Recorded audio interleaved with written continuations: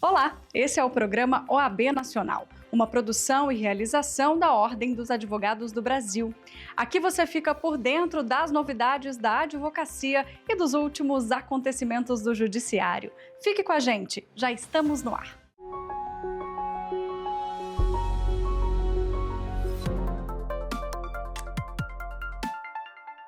Eu começo o programa de hoje com a realização de mais uma sessão do Conselho Pleno da Ordem dos Advogados do Brasil em Brasília. Na ocasião, a OAB Nacional reafirmou a luta pela segurança da classe e homenageou advogados agredidos e assassinados. Acompanhe. Nós todos lamentamos juntos tudo isso e a Ordem tem lutado em todas as frentes que pode para trazer um maior nível de segurança ao exercício da advocacia, a exemplo do que ocorreu na Câmara dos Deputados na semana passada, que nós avançamos mais uma quadra com a aprovação do PL, que traz novos protocolos e mecanismos de segurança à advocacia. Eu lamento muito, lamento de verdade, já nesses dois fatos de assassinatos dos colegas recentes, tanto em Sergipe quanto em Goiás, me solidarizei com os presidentes para que levassem não só a classe, mas até as famílias, a nossa solidariedade, o nosso pesar. Fizemos a nota que foi sugerida pela seccional também, mas nós temos que encontrar formas, porque realmente a advocacia está sendo morta. Vejo muitas linhas de propostas, algumas talvez possam ser efetivas, outras não, mas o fato é que nós temos que avançar sim. A Ordem se coloca mais uma vez e sempre ao lado da advocacia e ao lado deste Conselho para que nós possamos avançar em todas as frentes necessárias para que nós possamos proteger a vida dos nossos colegas e das nossas colegas que todos os dias labutam em defesa da cidadania. Portanto, façamos um minuto de silêncio em homenagem à memória dos colegas assassinados recentemente. É alarmante, e assustador que a advocacia está vivenciando nos últimos tempos. Então, também quero registrar aqui nosso requerimento da bancada de Goiás, da nossa moção de pesar e de repúdio por tudo que está acontecendo. Assassinatos ocorrendo em razão do exercício da advocacia é algo que a gente não pode admitir, presidente. O Conselho Pleno da OAB aprovou proposta de alteração legislativa. A iniciativa modifica a redação do artigo 55 da Lei 9.099 de 95, que trata do pagamento de honorários de sucumbência no âmbito dos juizados especiais cíveis. Olha só. A sentença de primeiro grau não condenará o vencido em custas e honorários de advogados, ressalvados os casos de litigância de má-fé. Em segundo grau, o vencido pagará as custas e honorários de advogados, que serão fixados entre 10% e 20% do valor da condenação, ou, não havendo condenação, no valor corrigido da causa.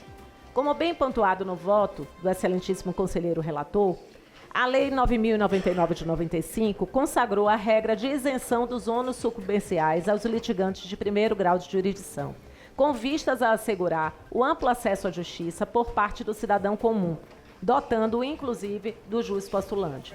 Ao mesmo passo, foi desestimulada a interposição de recursos pela previsão de imputação ao recorrente vencido do pagamento de custas processuais e dos honorários advocatícios de sucumbência.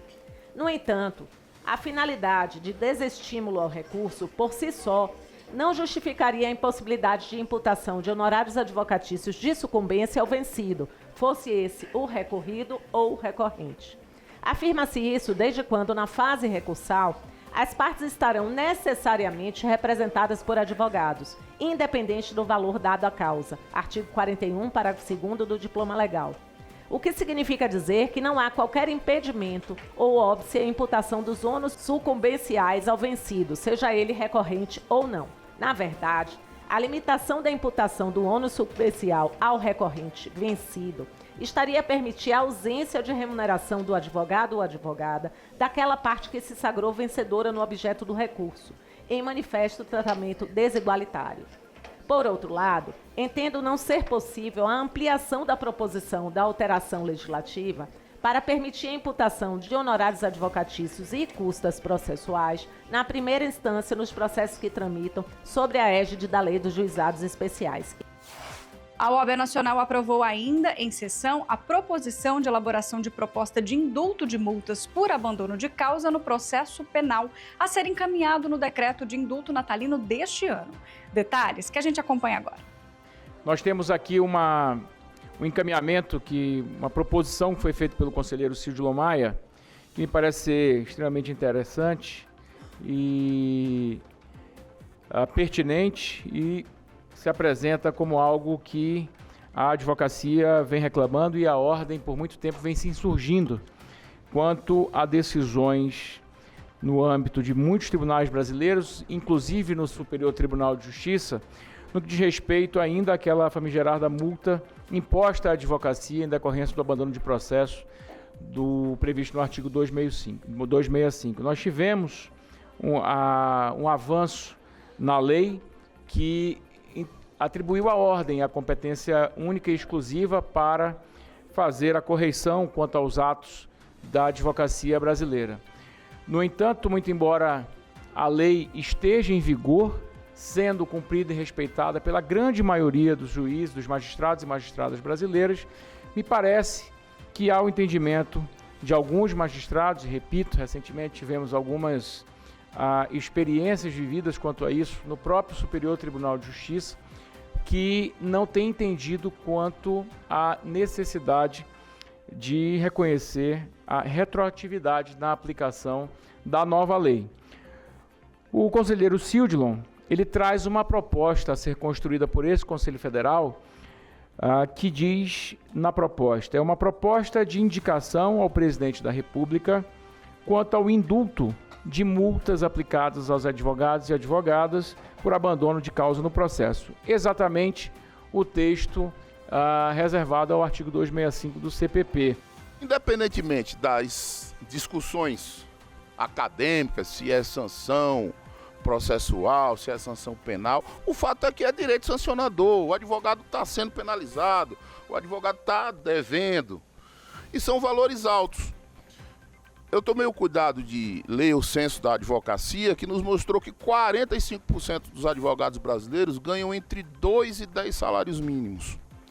O valor dessa multa mínimo é de 10, podendo chegar até 100 salários mínimos. Então, ou seja, uma única multa aplicada em um único processo, estamos falando de uma norma que teve vigência durante 15 anos, é capaz de sacrificar o rendimento de um mês inteiro da grande maioria dos advogados brasileiros, se considerarmos o valor mínimo.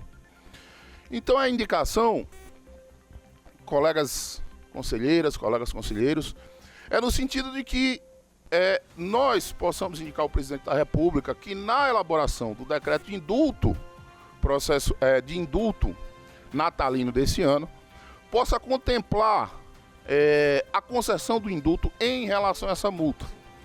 Destaquei, inclusive, que no último decreto de indulto, o perdão de multas para apenados foi ampliado para o valor de R$20 mil. Tá? O decreto que saiu em 2023, qualquer multa aplicada, e aí não estamos falando da multa processual, né? Estamos falando dos apenados mesmo, que tinham dívidas em razão de condenação criminal até R$20 mil, eles foram perdoados. Tá?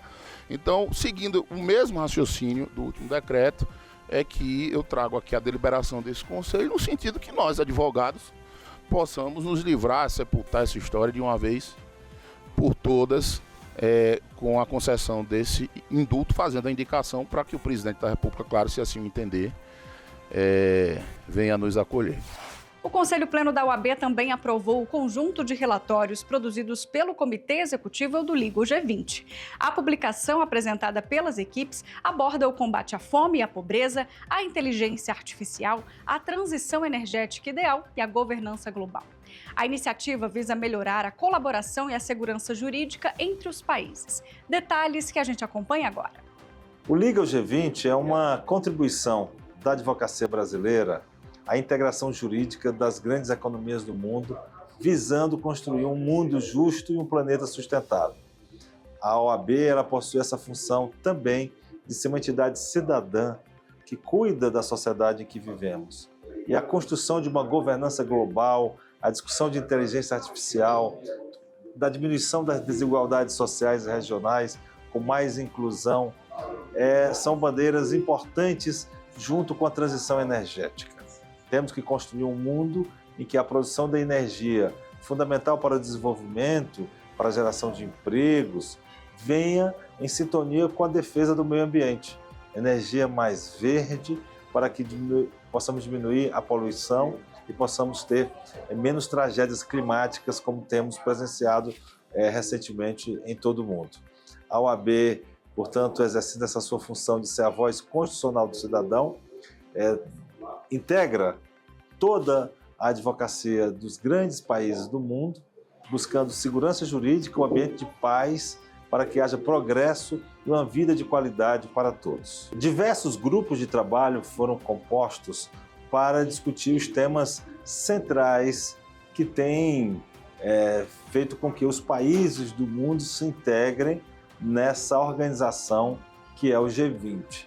Temas que foram definidos a partir da presidência rotativa, que neste ano é do Brasil. E o Brasil optou, de forma muito acertada, por discutir temas como a inclusão social, o combate à fome e à miséria, a diminuição da pobreza, como a discussão da inteligência artificial, a governança global para que organismos como a ONU sejam mais democratizadas e cumpram melhor o seu papel de construir um mundo de mais paz, mais diplomacia, menos guerras, menos conflitos, e para que possamos ter essa transição energética para um planeta sustentável. São temas fundamentais, importantes, que a OAB discutiu nos seus grupos de trabalho, integrou com os demais países do mundo. Tivemos a concordância de países como a Inglaterra, a Índia, o México, a China, a Rússia, diversos outros países como a África do Sul, para que possamos, discutindo temas que unam o mundo, termos uma agenda que gere sinergia para o desenvolvimento sustentável em todo o planeta. Na presente sessão plenária, nós realizamos a entrega dos relatórios dos temas que foram desenvolvidos dentro do Comitê Gestor, quais sejam combate à fome e à pobreza, transição energética, inteligência artificial e governança global. São temas estratégicos que foram encadeados pela própria escolha dos temas do Brasil enquanto presidente do G20 e que trouxeram a nós a oportunidade de incluir a segurança jurídica e a Ordem dos Advogados do Brasil no protagonismo dessa iniciativa. Nós apresentaremos as nossas proposições ao Ministério das Relações Exteriores, ao STF, e depois será dada sequência ao país África do Sul, que será o presidente do G20 em 2025. E tem mais. O ministro do Tribunal Superior do Trabalho, Antônio Fabrício de Matos Gonçalves, participou do primeiro Conselho Pleno da OAB desde sua posse na Corte Trabalhista. O ministro destacou a importância do papel da advocacia nos tribunais superiores e afirmou que trata seu gabinete como uma embaixada da advocacia, comprometido em valorizar as garantias e prerrogativas da classe. Eu me sinto muito bem de voltar às minhas origens e de saber de onde venho e o que estou fazendo. Excelentíssimo senhor presidente Beto Simonetti, é tão bom você estar no ambiente que não precisa de nominata, que você conhece e sabe o nome e o sobrenome de cada uma e cada um, aqueles que, além da convivência, me receberam em cada estado pessoalmente, que foi a opção que fizemos de falar com a advocacia no locus dela. Presidente, eu já vinha pedindo, tive com o senhor, já tive na casa algumas vezes, mas tinha pedido essa oportunidade para estar aqui, para agradecer formalmente e dizer que eu só acredito em representante do Quinto em tribunais se tratar o espaço do seu gabinete como embaixada da advocacia. E é dessa forma, porque a prática é o critério da verdade, e não adianta eu dizer várias coisas aqui e não agir assim. Então, todas aquelas e aqueles que já tiveram comigo sabem qual é a forma de condução que tem recebido esse espaço no gabinete. Então, eu para marcar esse território, o presidente Beto me entregará hoje a bandeira da OAB, que estará no gabinete, para saber de onde eu vim, da OAB, e lá está a bandeira de Brasília, de Minas, minha cidade, a bandeira de Minas Gerais e do Brasil. Então, é para não esquecer nunca as origens, é que estarão marcados com esses estandartes o território da advocacia, que é esse gabinete lá no Tribunal Superior do Trabalho. Muito obrigado e cobrem de mim só uma coisa, que eu vou entregar, coerência. Agradeço o seu gesto e a gentileza de voltar a esse conselho, dizer que essa aqui é sim a sua casa e que Vossa Excelência é muito bem-vindo aqui. Agradecer também a atenção com a advocacia para que Vossa Excelência também nunca esqueça do seu compromisso com a advocacia de poder ostentar a bandeira da OAB em seu gabinete, para que ali fique marcado definitivamente como território da advocacia. Isso tem sido uma tendência nos gabinetes dos nossos indicados, as vagas destinadas à advocacia através do 5º Constitucional, e é isso que nós precisamos fazer. Isso também passa pelo processo de valorização da advocacia. Vossa Excelência muito bem faz quando marca o seu gabinete como a nossa bandeira, como forma de uma conquista e reafirmação das garantias e das prerrogativas da advocacia brasileira. A reunião do Conselho Pleno da OAB também foi palco do lançamento de 3 livros de autoria e organização de membros do sistema OAB sobre direito internacional, combate às drogas e crime organizado. Eu agradeço a oportunidade de apresentar aos senhores o nosso estudo acerca da aplicação do regulamento de aquisições do Banco Mundial, né, e frente ao ordenamento jurídico brasileiro. O livro ele representa um guia prático a ser utilizado por servidores públicos, por colegas advogados e pelo público em geral, que atuam com projetos internacionais para que eles possam, né, analisar, né, que há, de fato, uma convergência muito grande entre os princípios internacionais e o sistema licitatório brasileiro, que, diga-se de passagem, é um dos princípios mais evoluídos do mundo. E aí as palavras não são nossas, mas são palavras dos próprios consultores do Banco Mundial. Então, na primeira parte do trabalho, nós fizemos exatamente uma análise acerca dos princípios internacionais, dos princípios trazidos pelo novo ordenamento jurídico, pela nova legislação licitatória brasileira, né, instituída pela Lei 14.133, associando, né, as convergências entre os dois princípios.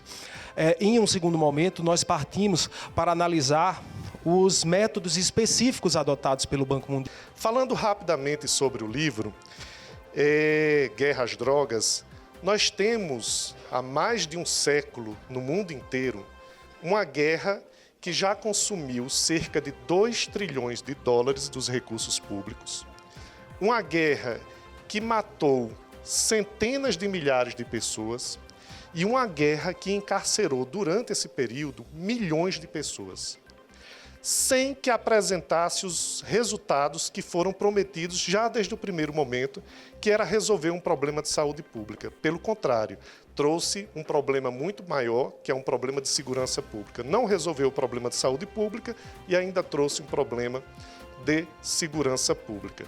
E quando a gente tem em mente por que as drogas são criminalizadas, a coisa fica mais absurda ainda. Nunca foi para resolver um problema de saúde pública.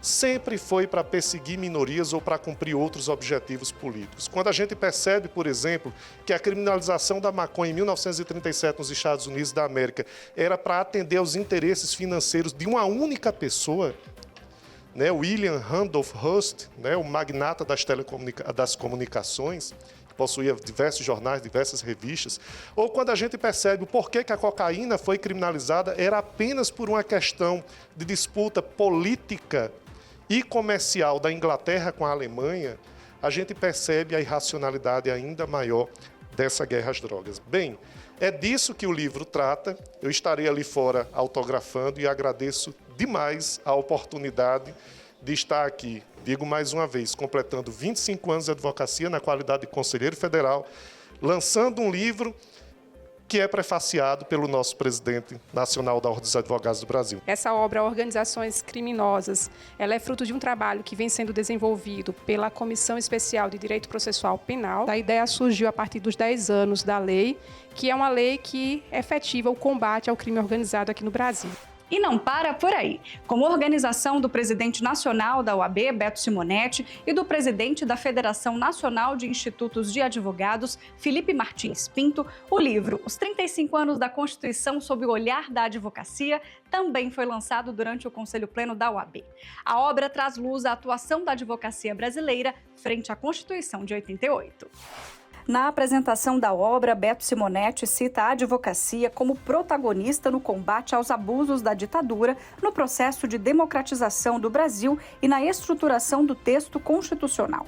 Segundo ele, abre aspas, durante os 21 anos de ditadura, a classe dos advogados teve atuação destacada ao denunciar a censura, a tortura e as violações de direitos humanos durante a ditadura, além de atuar decisivamente para o fim do estado de exceção.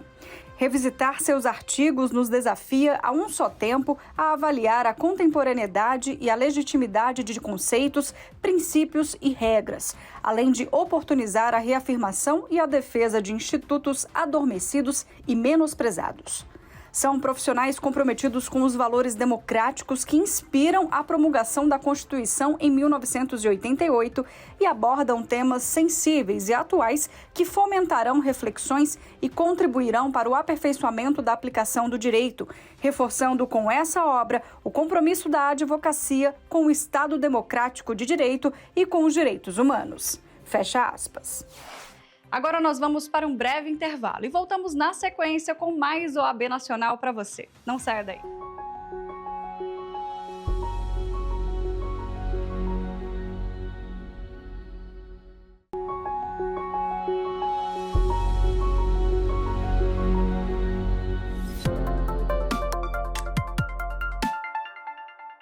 Vamos falar agora do impacto da reforma tributária na advocacia e a luta por justiça fiscal.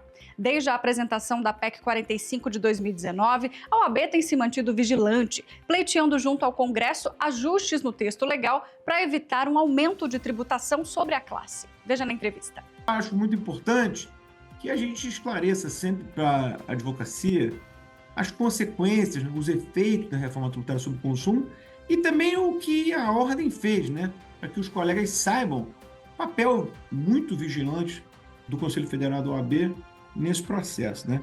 Então, muito em resumo, nós estamos falando da reforma tributária sobre o consumo, né? O que quer dizer isso? Que os tributos sobre o consumo hoje existentes, PIS, COFINS, ISS, ICMS e IPI, serão substituídos pelo IVA, né? Pelo Imposto sobre Valor Agregado, que no Brasil será dual. Então, nós teremos a CBS, a Contribuição sobre Bens e Serviços, no âmbito federal, e o IBS, o Imposto sobre Bens e Serviços, no âmbito estadual e municipal. O que muda de concreto na vida do advogado? Em vez de pagar o PIS e a COFINS e o ISS com base fixa, os advogados vão pagar daqui para frente o IVA, né? O Imposto sobre Valor Agregado. Aí você pensa, quanto é a alíquota? É importante deixar claro o seguinte, eu não sei, nem ninguém sabe, porque não existe uma alíquota. Existirão 3 alíquotas, uma municipal, uma estadual e uma federal. Então, a soma dessas 3 alíquotas é que será a alíquota praticada pela sociedade de advogados. É certo, todavia, que essa alíquota ela terá que ser unitária para todos os bens e serviços verificados dentro daquele território. Então, a alíquota será a mesma para tudo. Claro que diminui a flexibilidade para que o prefeito, o governador fixem suas alíquotas nem muito baixos ou muito altos. Mas haverá uma pequena diferença, né? Então, por exemplo, um serviço de advogado pode ser mais barato em Campinas do que em São Paulo, mais barato em Niterói do que no Rio de Janeiro. Isso pode acontecer. A alíquota média está estimada em torno de 26,5%, 27%, né? E uma observação importante. Claro que isso significa um aumento relevante de tributação para a advocacia. A ESA Nacional promoveu em uma live mais um debate voltado à arbitragem para a advocacia. E o convidado desta vez foi o doutor em Direito, Olavo Augusto Viana Alves Ferreira.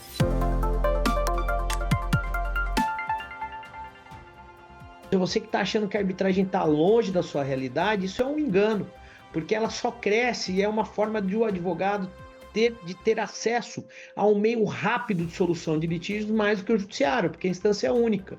Então, seus honorários tem chance de você receber mais rápido, você termina a lead mais rápido e aí todos aí podem partir direto aí para outras atividades. Então é muito importante vocês terem em mente essa atuação que só cresce no Brasil. E não só na iniciativa privada, a administração pública aderiu em peso à arbitragem. Nós temos grandes casos julgados na União. Para vocês terem uma ideia, só em autarquias federais nós temos mais de 500 bilhões de reais em discussão em arbitragem.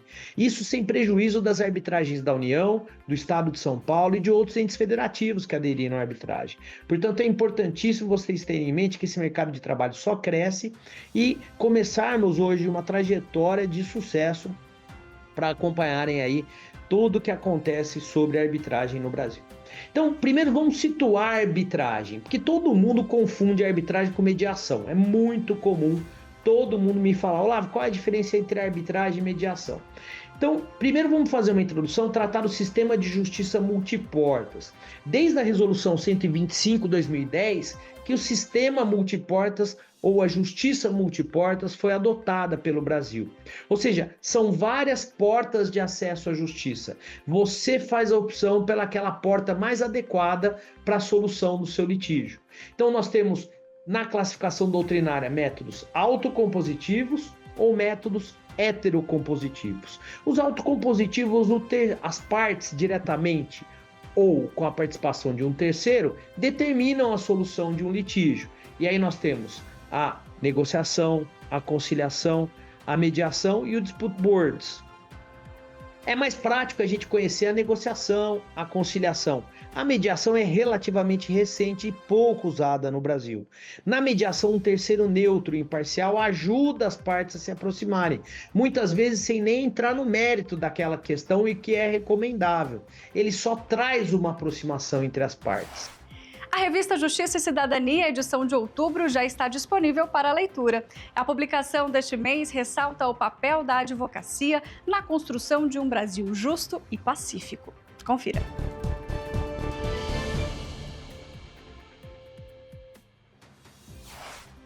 Para o presidente nacional da OAB, Beto Simonetti, a independência de uma nação vai além de sua separação formal da metrópole. Ela se constrói diariamente com o fortalecimento das instituições democráticas, o respeito às leis e a promoção da justiça social. A Ordem dos Advogados do Brasil, como guardiã da Constituição, tem papel crucial na mediação de conflitos, na defesa do Estado Democrático de Direito e na garantia de que as divergências sejam tratadas com civilidade e dentro dos limites legais. A advocacia, nesse contexto, desempenha função imprescindível ao representar cidadãos e defender suas garantias constitucionais. É por meio da advocacia que os direitos dos mais vulneráveis encontram voz e que as diferentes perspectivas podem coexistir de forma harmoniosa. Ainda para o presidente da Ordem, nos últimos anos, a OAB tem sido defensora incansável das prerrogativas da advocacia e da preservação do Estado de Direito, atuando contra medidas inconstitucionais e buscando equilibrar os poderes da República. Por fim, Simonetti conclui: a verdadeira independência de um país é refletida na solidez de suas instituições e na capacidade de seus cidadãos de resolverem seus conflitos por meio do diálogo e da justiça. Nesse sentido, a advocacia tem responsabilidade fundamental: promover soluções que respeitem as diferenças e fortaleçam a democracia. O compromisso da OAB permanece firme: assegurar que a advocacia continue sendo força motriz na construção de um Brasil mais unido, democrático e independente. O artigo na íntegra você confere em editorajc.com.br. Não deixe de ler. Este programa é mais uma produção da Ordem dos Advogados do Brasil. Aqui você fica por dentro das informações da advocacia e do judiciário, além de acompanhar entrevistas especiais, matérias exclusivas e muito mais. Eu sou Mariana Xavier e agradeço pela sua companhia. Eu te espero na próxima semana. Até lá!